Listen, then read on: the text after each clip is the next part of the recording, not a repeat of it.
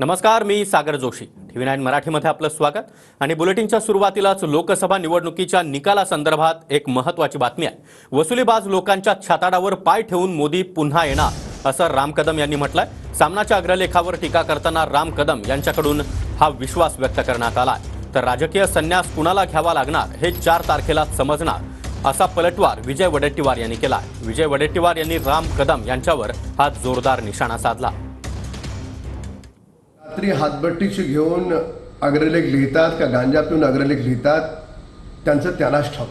म्हणे की 4 जूनला मोदीजी जाणार. उद्या बरोबर दुपारी 3 वाजता कळेल.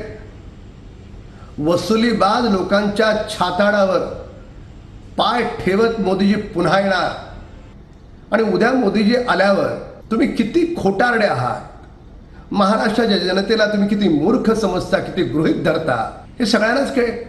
केवळ आणि केवळ वसुली याच्या पुढे तुम्ही गेलाच नाहीत, खोटं बोललात म्हणून उद्या मोदीजींपुढे तुम्ही लोटांगण घालणार का, हा आमचा सवाल आहे. गांजा कोण पित होते हे महाराष्ट्राला माहीत आहे.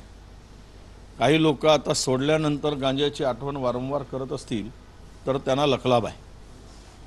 त्यामुळं ज्यांना जे सवय आहे ते बोलत असतील कदाचित त्याच्यातून, परंतु निकाल हा इंडिया आघाडीचा लागेल. आता संन्यास बिन्यास राजकीय कोणाला घ्यायची पाळी येईल हे 4 तारखेनंतर कळेल.